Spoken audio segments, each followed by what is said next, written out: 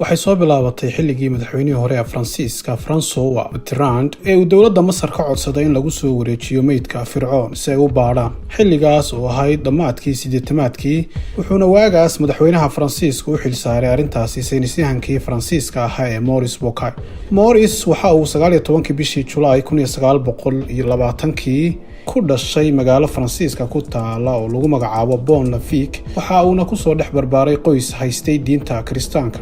wuxuuna wax ku bartay oo ilaa heer dugsi sare ku qaatay dugsiyo aan islaami ahayn, kadibna waxa uu ku biiray kulliyadda caafimaadka ee jaamacadda Paris. markii uu ka qalin jabiyay jaamacaddaasna wuxuu shaqo ka bilaabay xarun caafimaad oo ku taalay jaamacadda, isagoo ahaa dhakhtarka qaliinka cudurrada guud ee uurku jirta gudaha ah. 60meeyadiina Bucaille waxa uu noqday dhakhtar caan ku ah xirfadiisa, waxaana waqtigaasi la tacaali jiray bukaano u badan muslimiin kuwaas oo uu la sheekaysan jiray qaar ka mid ah. markasta oo uu yimaado qof bukaan oo muslim ah wuxuu wax ka weydiin jiray quraanka. sanadkii 1969 Maurice si uu wax uga ogaado quraanka macnihiisa isla markaana u fahmo waxa uu ku biiray macadka barashada luqadaha iyo xirfadaha ee magaciisa loo soo gaabiyo INALCO ee Faransiiska si uu u barto luqadda Carabiga. 4 sanadood ayayna ku qaadatay inuu si fiican u barto luqadda, taasoo si weyn markii dambe uga caawisay inuu quraanka kariimka ku akhriyo luqadda Carabiga. wixii inta ka dambeeyayna gaar ahaan dabayaaqadii 80-maadkii aragtidiisii ayaa wax iska bedelay, waana tii ku riixday inuu u kuurgalo meydka Fircoon kadib markii isaga iyo wafdigii ballaadhnaa ee madaxweynaha Faransiisku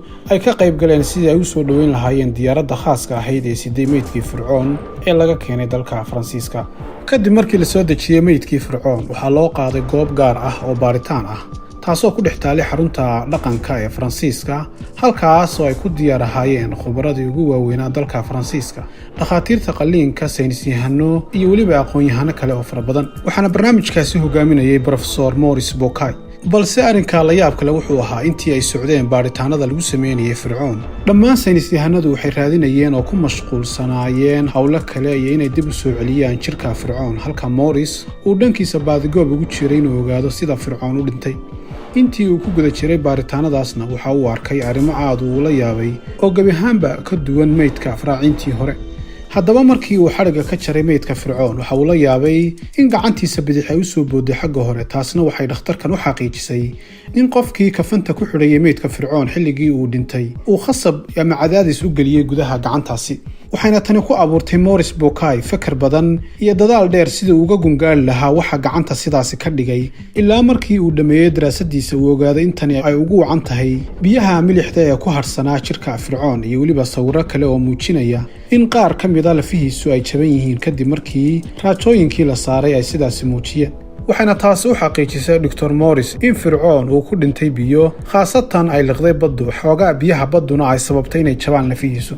gacanta markii meydkiisa xadhigga laga furay soo boodayna ay tahay gacantii uu ku hayay gaashaankiisa ama seeftiisa midkood, biyaha badda ee soo boodayna ay sidaasi u gashay gacantiisa, taasoo dadkii kafanta ku xidhayay meydkiisa ay ku adkaatay in gacantaasi si sahlan loo dhigo ama loo saaro laabta Fircoon si lamida faraacinta kale, taasoo keentay in si khasab ah lagu xirxiro. laakiin arrinta la yaabka leh ee Dr. Maurice ka yaabisay ayaa ah sababta jirka Fircoon uu weli u yaalo ifka oo aan u go'in isla markaana uusan si weyn isku bedelin, inkastoo Fircoonkani uu ahaa kii ugu xumaa ee lala tacaalo maadaama badda laga soo saaray. waqtigaasna Dr. Maurice aad ayuu u farxay, wuxuuna go'aansaday inuu diyaariyo warbixin uu soo gudbiyo adduunka taasoo ka warramaysa guushiisa iyo daahfurkii uu ka helay sidii uu Fircoon u dhintay, taasoo aysan jirin cid kale oo adduunka ah oo daaha ka qaaday qaabkii uu Fircoon u dhintay. qaar ka mid ah aqoon-yahanadii Faransiiska oo Dr. Maurice la kulmay ayaa ku yidhi ha degdegin, arrinkan arrin cusub maaha, muslimiintu way og yihiin in Fircoon ku dhintay badda, qur-aanka kariimka ah ayaana arrintaasi u caddeeyey. laakiin Dr. Maurice aad buu uga biyadiidanaa arrintaas, waxa uuna ugu jawaabay daahfurkan aan gaadhnay maaha mid sahlan oo waxa kaliya oo lagu ogaan karaa waa qalabka ama cilmiga casriga ah ee dunidu maanta ku soo kordhay sida aaladaha casriga ah ee kombiyuutarada iyo raajooyinka. waxa uuna intaasi ku daray isagoo hadalkiisa sii wata, meydka Fircoon waxaa la helay sanadkii 1898. waqtigaasna bini'aadamka oo dhammi waxba kama ogeyn masaaridii hore sida ay wax u kafmi jireen. haddaba sidee buu qur-aanku ugu sheegay qarniyo ka hor arrintaasi?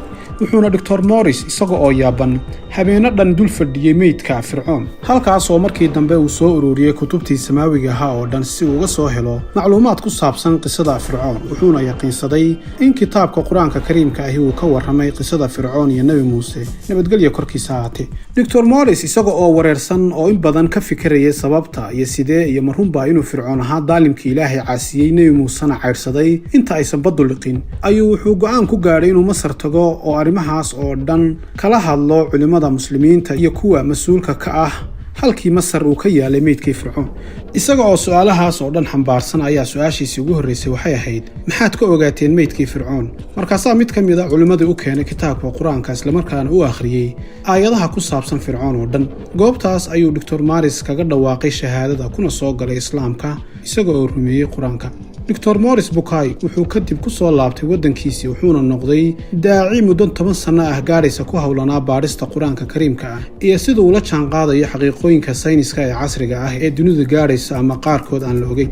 waana mid ka mid ah mucjisooyinka waaweyn ee Ilaahay tusay ummadiisa wixii ka dambeeyay Fircoon oo ah ninkii ilaahnimada sheegtay inuu maanta wali ifka yaal isagoo aan googoyin ama ba isbedelin. sababta sidaas looga dhigayna waxay tahay sida uu Allah subxaanahu wa ta'ala inoo sheegay in lagu cibro qaato oo lagu waantoobo Ilaahayna haynaga dhigo kuwii hanuunsama oo waana qaata diintana sida ay tahay ugu dhaqma. meydka Fircoon iyo kuwa badan oo kale oo la mid ah waxay ka mid yihiin calaamooyinka Ilaahay ee ku soo arooray Quraanka Kariimka ah oo ay wali ku gadaaman yihiin siro iyo aragtiyo badan oo cilmiyeed oo ay qaarkood saynisyahanadu daafureen kuwana ay wali baadagoobayaan fasirkooda. halka Quraanka Kariimka ah laynoogu sheegay inuu ka hadlay aayadahaas 100 sano ka hor, taasoo na tusinaysa xaqa kitaabkeena barakaysan. waxaana ka mid ah sirahaas ay culimadu ogaadeen oo laynoo sheegay Quraanka Kariimka ah meydka Fircoon oo ahaa nin diiday oo ka madax adeygay aayadaha iyo xujooyinka Rabbi subxaanahu wa ta'ala uu u soo dhiibay Nabi Muuse calayhi salaatu wasalaam. Fircoon ayaa ahaa ninkii ilaahnimada sheegtay isagoo aadane ah, wuxuuna ku sii socday kibirkiisii isla weynidiisii ilaa uu la kulmay ciqaabka Alle isaga iyo intii raacsanaydba isla markaana badda lagu qarqiyay.